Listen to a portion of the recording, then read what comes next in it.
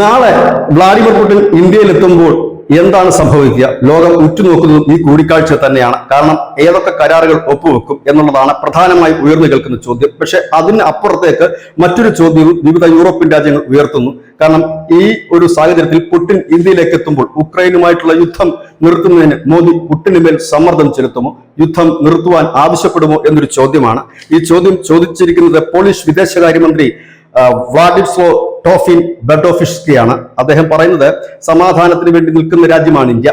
മോദി പറഞ്ഞാൽ പുടിൻ കേൾക്കുക തന്നെ ചെയ്യും. മോദി അങ്ങനെ പറയുമോ എന്നുള്ളതാണ് ഇപ്പോൾ പ്രധാനമായി ചോദിക്കുന്ന ചോദ്യം. യൂറോപ്യൻ യൂണിയൻ രാജ്യങ്ങളാകട്ടെ പറയുന്നത് ഈ യുദ്ധം ഇന്ത്യയും ബാധിച്ചിട്ടുണ്ട്. കാരണം ഇപ്പോൾ ഈ യുദ്ധത്തിന്റെ കെടുതി ഇന്ത്യ മനസ്സിലാക്കി വരുന്നു. കാരണം റഷ്യയിലുള്ള 2 വൻ എണ്ണ കമ്പനികൾക്ക് അമേരിക്ക ഉപരോധം പ്രഖ്യാപിച്ചപ്പോൾ റഷ്യയിൽ നിന്നുള്ള ഇന്ത്യയിലേക്കുള്ള എണ്ണവരവും കുറഞ്ഞു തുടങ്ങി. അതുകൊണ്ട് എല്ലാവരെയും ബാധിക്കുന്ന ഒന്നാണ് ഈ യുദ്ധം. അതുകൊണ്ട് മോദി പുടിനോട് പറയുമായിരിക്കും. ചൈനയ്ക്കും ഇന്ത്യക്കും മാത്രമാണ് പുടിനിൽ സ്വാധീനമുള്ളത്. അതിലേറെ അടുപ്പം മോദിയും പുടിനും തമ്മിലാണ്. അതുകൊണ്ട് തന്നെ സമാധാനത്തിന്റെ എന്തെങ്കിലും തരത്തിലുള്ള സൂചനകൾ ഈ കൂടിക്കാഴ്ചയിൽ ഉണ്ടാകുമോ എന്ന് യൂറോപ്യൻ രാജ്യങ്ങൾ ചിന്തിക്കുന്നു, ഇല്ലെങ്കിൽ അവർ ആശങ്കപ്പെടുന്നു. News desk Malayalam.